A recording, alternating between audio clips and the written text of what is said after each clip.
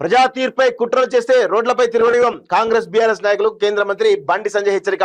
Karimnagar mayor పదవి తమదేనని ధీమా. ఈ విజయం రాష్ట్ర ఇంటెలిజెన్స్ కు అంకితం ఇస్తామని ఎద్దేవే అంటూ చూస్తా ఉన్నాం. సో చూద్దాం మరి ఈ రోజుతోటి స్పష్టంగా అయ్యేటువంటి అవకాశం అయితే తెలుస్తా ఉంది. సో కరీంనగర్ బండి సంజయ్ గెలుస్తాడా, రేవంత్ రెడ్డి గెలుస్తాడా చూడాల్సిన అవసరం అయితే ఉంది. నాకు తెలిసి అయితే బండి సంజయ్కి గిఫ్ట్ ఇస్తాడు. కరీంనగర్ మేయర్ పీఠాన్ని గిఫ్ట్ ఇచ్చేటువంటి అవకాశాలు అయితే చాలా స్పష్టంగా కనబడతా ఉన్నాయి. ఎవరిస్తారు గిఫ్ట్? రేవంత్ రెడ్డి ఇస్తారు అనేది ఒక బలమైనటువంటి చర్చ జరుగుతూ ఉంది. చూద్దాం. కరీంనగర్ మున్సిపల్ కార్పొరేషన్ లో ప్రజా తీర్పుకు వ్యతిరేకంగా కుట్రలు కుతంత్రాలు చేస్తే కాంగ్రెస్ బీఆర్ఎస్ నాయకులను రోడ్లపై తిరగబోమని కేంద్ర హోంశాఖ సహాయ మంత్రి బండి సంజయ్ అన్నారు. సో ఇంకా చూడండి, కేంద్ర హోంశాఖ సహాయ మంత్రి ఏమంటున్నారు చూడండి. ఒక కేంద్ర మంత్రి పదవిలో ఉండి ఇట్లా మాట్లాడొచ్చునా? కాంగ్రెస్ బీఆర్ఎస్ నాయకులను రోడ్లపై తిరగనీయమని చెప్పేసి నేరుగా అంటావునంటే వాళ్ళపైన దాడులు చేస్తామని చెప్పేసి ఇండైరెక్ట్ క్యాడర్ చెప్తున్నారా? అదే ప్రయత్నం చేయమని చెప్తున్నారా? అంటే హోంశాఖ మంత్రి మంత్రిత్వ పదవి అదే చెప్తుందా?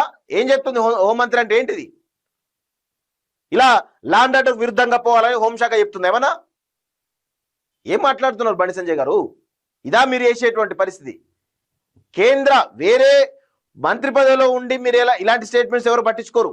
కానీ మీరు ఒక కీలకమైనటువంటి కేంద్ర హోంశాఖ పదవిలో ఉండి మీరు బయట రోడ్లపై తిరిగితే దాడులు చేస్తామనే కోణంలో మీరు మాట్లాడుతున్నారంటే, మీరు ఇలాంటి వ్యాఖ్యలు చేయాలంటే మంత్రి పదవికి రాజీనామా చేయండి. ఇలా రాజీనామా చేయకుండా ఆ పదవిలో ఉండి లా అండ్ ఆర్డర్ కాపాడేటువంటి మంత్రిత్వ శాఖలో ఉండి ఈరోజు లా అండ్ ఆర్డర్ వ్యతిరేకంగా మీరు మాట్లాడుతున్నారంటే అసలు ఏమనుకోవాలి? సమాజం ఎటుపోతుంది? ఎంత దారుణంగా మాట్లాడుతూ చూడండి ఒకసారి. కరీంనగర్ ప్రజలు ప్రేమాభిమానంతో మాకు ఓట్లేశారు.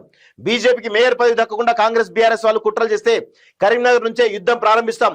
బీజేపీ కార్యకర్తలు దమ్మేంటో కరీంనగర్ ప్రజల ఐక్యతేంటో మీకు తెలియదు. అదే ప్రజలు రోడ్డుపైకి తీసుకొస్తాం, మీ సంగతి తేలుస్తామంటూ మాట్లాడుతూ ఉన్నారు. మీ బతుకులు బర్బాద్ చేస్తాం, మిమ్మల్ని రాజకీయ సమాజ్ చేస్తామని కాంగ్రెస్ బీఆర్ఎస్ నాయకులను తీవ్ర స్థాయిలో హెచ్చరించారు. శనివారం ఆయన బీజేపీ రాష్ట్ర కార్యాలయంలో మీడియా సమావేశంలో మాట్లాడారు. కరీంనగర్లో బీజేపీ విజయం సాధించాలని దేశమంతా చూసిందంటూ తాము చేసే యుద్ధానికి కూడా దేశమంతా చూసేలా చేస్తామన్నారు. బీజేపీ అభ్యర్థి మేయర్ కాకుండా అడ్డుకునేందుకు కాంగ్రెస్ బీఆర్ఎస్ ఎంఐఎంలు ఒక్కటయ్యాయని ఆరోపించారు. ఆ పార్టీలు ఎన్ని ప్రయత్నాలు చేసినా మేయర్ పదవి బీజేపీదని అన్నారు. బీఆర్ఎస్ తమకు మద్దతు ఇస్తుందని కాంగ్రెస్ కార్పొరేటర్లు చెబుతున్నారని, మీరిద్దరు కాంగ్రెస్ బీఆర్ఎస్ కొట్లాడుకోదు, మేయర్ పదవి తమకు ఇవ్వాలని ఎంఐఎం కోరుతుందని చెప్పారు. ఈ మూడు పార్టీలు కలిసినా 26 సీట్లు మాత్రమే వస్తే మేయర్ పదవి ఎలా సాధిస్తారో చెప్పాలని డిమాండ్ చేశారు. కరీంనగర్ లో బీజేపీ విషయం రాష్ట్ర ఇంటెలిజెన్స్ కు అంకితమని బండి సంజయ్ ఎద్దేవా చేశారు. మున్సిపల్ ఎన్నికల్లో బీజేపీకి 13 సీట్లే వస్తాయని రాష్ట్ర ఇంటెలిజెన్స్ సీఎం కు నివేదిక ఇచ్చిందట. ఇది పరిస్థితి ఏం చెప్తాయి. కరీంనగర్ కార్పొరేషన్ పై బీజేపీ పట్టు సాధించింది. శనివారం హైదరాబాద్ శివార్లోని ఒక రిసార్ట్ లో జరిగిన కార్యక్రమంలో 2 స్వతంత్ర కార్పొరేటర్లు కేంద్ర మంత్రి బండి సంజయ్ సమక్షంలో బీజేపీలో చేరారు. 17వ డివిజన్ కార్పొరేటర్, 39వ డివిజన్ కార్పొరేటర్ సంజయ్ వాళ్లకు కాషాయ కండ వేసి పార్టీలోకి ఆహ్వానించారు. శనివారం రాత్రి ఎన్నికల ఫలితాలు వెలువడిన వెంటనే ఒక ఇండిపెండెంట్ మరో ఏఐబి కార్పొరేటర్ సంజయ్ సమక్షంలో బీజేపీ చేరిన సంగతి తెలిసిందే. తాజాగా మరో 2 చేరికతో బీజేపీ బలం 34 చేరిందట. 100% ఇది రేవంత్ రెడ్డి గిఫ్టే, నో డౌట్. అలా మీరు రాసి పెట్టుకోండి.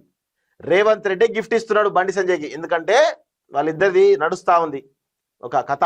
జూన్ 2న స్కిల్ యూనివర్సిటీ భవనాల ప్రారంభమట. రాష్ట్ర ప్రభుత్వ నిర్ణయం 4 బ్లాకులుగా 3.95 లక్షల చదరపు అడుగుల విస్తీర్ణంలో నిర్మాణం. ప్రస్తుతం అద్దె భవనంలో విశ్వవిద్యాలయం, మహీంద్రా సహా పలు సంస్థల ఆధ్వర్యంలో యువతకు నైపుణ్య శిక్షణ అంటూ చూస్తా ఉన్నాం.